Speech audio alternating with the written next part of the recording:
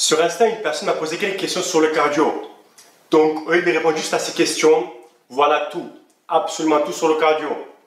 À quoi ça sert, pourquoi et comment, les différentes formes de cardio, certains mythes sur le cardio, les différentes machines de cardio, leurs avantages et désavantages, les difficultés et mon conseil. Tout. Non, tout c'est un mytho. Tout ça sera une vidéo très longue. Ce sera plutôt tout l'essentiel sur le cardio. Ah, et le titre, c'est pour YouTube. Il n'y a pas un top 5. Oups, désolé, je m'excuse, pardonne-moi.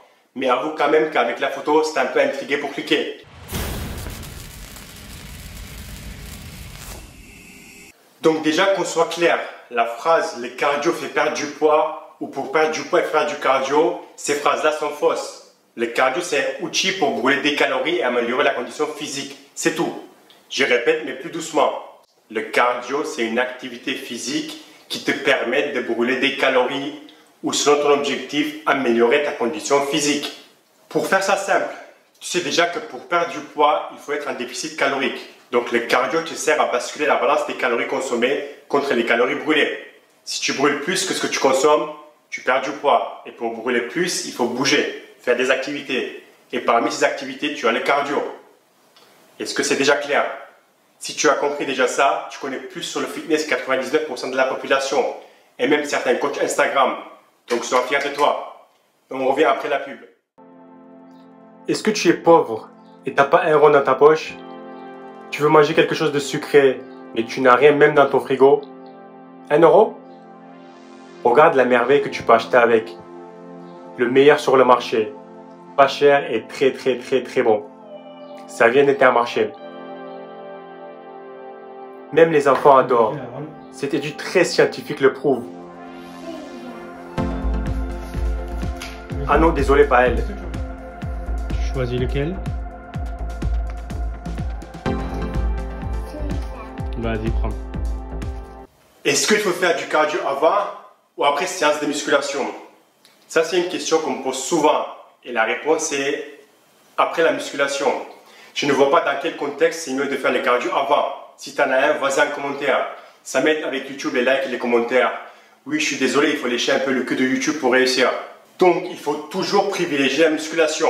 L'activité qui est la plus complexe et qui demande plus de concentration et qui va t'apporter plus. Tu peux faire du cardio quand tu es fatigué après une séance de musculation. Mais faire de la musculation après du cardio où tu es fatigué, tu prends des risques de blessure et ta performance risque de prendre un coup.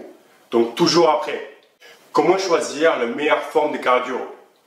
Ça, c'est une question qu'on me pose souvent et la réponse est un peu complexe. Mais t'inquiète, je suis là pour te décomplexer. Donc, si ton objectif est essentiellement la perte de graisse et tu t'en fous du reste, la meilleure forme de cardio réellement, c'est celui qui te préfère et qui te donne envie de faire le plus souvent possible pour justement brûler le plus de calories possible. Si tu fais du cardio pour la performance, c'est logique, la question ne se pose même pas. Tu veux être bon en course, il faut courir. Tu veux être bon en vélo, il faut faire du vélo. Par contre, si comme 99% des gens dans la salle, ton objectif est d'être bien foutu avec des formes et du muscle, avec une bonne condition physique, déjà il faut que tu te concentres sur ton alimentation pour être en léger déficit calorique. Plus des bonnes séances de musculation suivies par le cardio. J'ai bien mis la musculation plus haut que le cardio. Donc le cardio que tu vas choisir avec l'intensité que tu vas appliquer ne devrait pas avoir des conséquences sur tes séances de musculation. Si c'est le cas, alors ce n'est pas le bon cardio pour toi ou c'est trop intense. Je t'explique. Si par exemple tu fais de la musculation un jour sur 2 et une fois sur 2 à la fin de la séance tu fais 20-30 minutes de cardio. Si à ta prochaine séance de musculation tu as les séquelles du cardio, du coup ta séance de musculation souffre. C'était trop intense ou pas la bonne machine. Si tu fais 30 minutes de cardio sur le vélo ou tu cours sur un tapis et le lendemain ou 2 jours après tu as des courbatures aux cuisses et du coup tes séances de squat souffrent, tu devrais changer de machine ou diminuer l'intensité. C'est aussi simple que ça. Si tu fais le rameur et pareil, ta séance de haut du corps souffre car tu as les bras fatigués à cause du rameur, c'est pas le bon où tu es allé trop fort.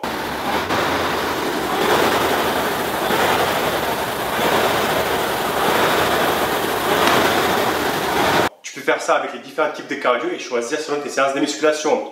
Car le cardio, c'est un complément qui sert à brûler des calories et pas fatiguer les muscles.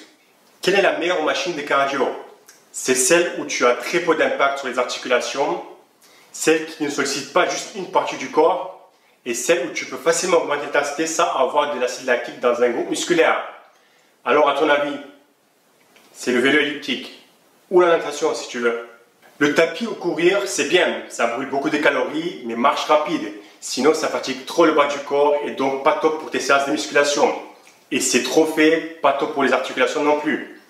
Le vélo, pas terrible. Selon l'intensité, ça brûle pas mal de calories, mais ça cible et fatigue trop les cuisses. Pareil avec le stepper ou l'escalier que j'adore. Le rameur, ça fatigue et congestionne le haut du corps et surtout les bras. Mais pas mal si c'est fait correctement avec une bonne intensité et au bon moment. La corde à sauter, très technique et pas pour tout le monde. Donc à part le vélo elliptique où tu as zéro impact sur les articulations, il y a tout le haut du corps ou le bas du corps qui travaille, sont en mouvement et ça ne cible pas une zone. Je ne vois pas d'autres machines facilement trouvées dans les salles où tu peux choisir. Ou les petits circuits training mais avec très bonne résistance. Tu as déjà entendu la phrase « il faut faire au moins 10 minutes sinon ça compte pas ».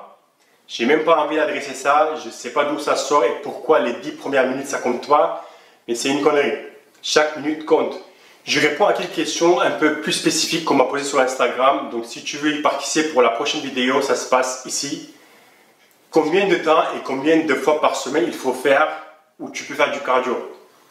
Impossible à répondre, ça dépend de chaque personne. Ça ne dépend pas que de tes objectifs, car tu n'as pas besoin de faire du cardio pour perdre du poids et avoir les abdos. C'est plus une question d'envie et préférence. Moi qui fais du cardio, c'est ça.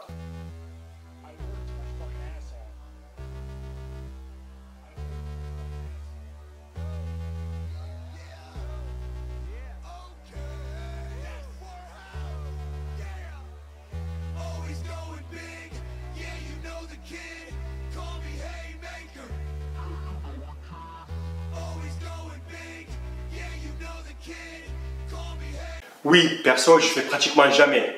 Je n'ai pas une bonne condition physique d'un athlète de haut niveau, c'est sûr, mais c'est tout. Si je n'étais pas autant feignant, 2 fois par semaine de 20-30 minutes, ça sera top déjà pour la condition physique et contrôler les calories. Mais si tu es quelqu'un de plutôt mince de base, donc c'est-à-dire que tu n'arrives pas déjà à beaucoup manger, il faudra limiter toute activité qui permette de brûler des calories, donc le cardio. Moins tu fais, mieux ce sera. Si tu adores ça, ne t'arrête pas, les bienfaits dans la tête sont souvent plus importants que le visuel. Comment faire un calcul réel ou fidèle de la dépense calorique d'un type de cardio? Ce sera trop cool si les montres connectées étaient super précis, mais malheureusement, ce n'est pas trop le cas et je pense que ça sera trop dur de trouver un moyen très précis. Je te mets un lien dans la description où tu peux au moins ajouter âge, taille, poids et activité et ça donne une bonne approximative. Des différentes méthodes pour améliorer et si le fractionné est plus bénéfique. Ce qui est cool avec le cardio, c'est que c'est facile et simple pour progresser. Il suffit juste de faire un tout petit peu plus à chaque séance et la progression est souvent beaucoup plus linéaire comparé à la musculation. Il y a même une étude très simple qui montre ça, lien en bas, si tu veux voir plus en détail. Mais en gros, il y a des personnes qui ont du mal à progresser, à améliorer leur condition physique, mais en augmentant le volume, donc en faisant un peu plus par semaine, ils ont quand même eu une progression. Donc oui, parfois pour certaines personnes, il faut travailler un peu plus dur pour avoir le même résultat. Et pour le fractionner, ce n'est pas pour tout le monde, pas pour les personnes obèses ou débutants. Si nos rapports temps-effort-résultat, oui, c'est difficile de faire mieux. Et une étude récente qui montre que pour la perte de graisse et la masse maigre, l'un n'est pas mieux que l'autre. Il y a aussi le lien en bas si tu veux aller voir en détail.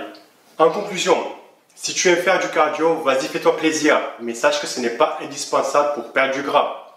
Ça fait du bien, ça aide avec la musculation et ça améliore la condition physique, ce qui est important aussi. Mais le cardio, c'est tout simplement un outil pour brûler des calories.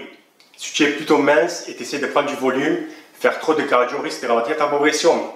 Et si tu es en surpoids, le cardio, c'est un bon outil en complément de tes séances de musculation. Voilà, n'oublie pas les liens de tout ce que j'ai dit en bas dans la description. Like, partage et abonne-toi à la chaîne. Merci et à la prochaine vidéo.